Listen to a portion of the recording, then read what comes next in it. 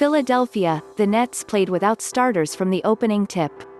The 76ers tried to rest theirs in the fourth quarter. But with Brooklyn's deep reserves making it a game late between the two top teams in the East, Ben Simmons and Joel Embiid checked in to bail out the checked-out Sixers.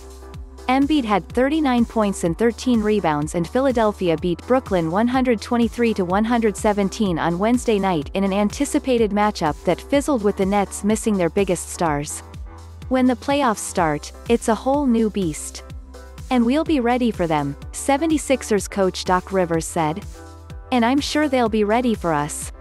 The Sixers, 38-17, moved into first place in the Eastern Conference and hold the tiebreaker in a game played without James Harden, Kevin Durant, Blake Griffin and LaMarcus Aldridge.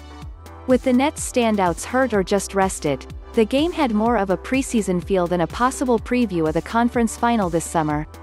No matter, the Sixers moved back atop the standings and have the No. 1 seed in sight with just 17 games left this season. It makes sense to try and have as many home games as possible, Rivers said. With good reason, the Sixers improved to 21-5 at home. I think they're comfortable at home, Rivers said. Young teams typically are comfortable at home. I guess the surprise this year is the record, without the fans. I certainly can understand with the fans. The Sixers had 4,094 fans spread around the arena to watch Embiid have another stellar outing against the undermanned Nets.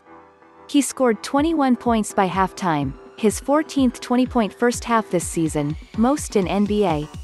Kyrie Irving scored 23 points in the first half, his 8th 20-point first half of the season, and finished with 37 points. Irving missed Tuesday's game against Minnesota for personal reasons.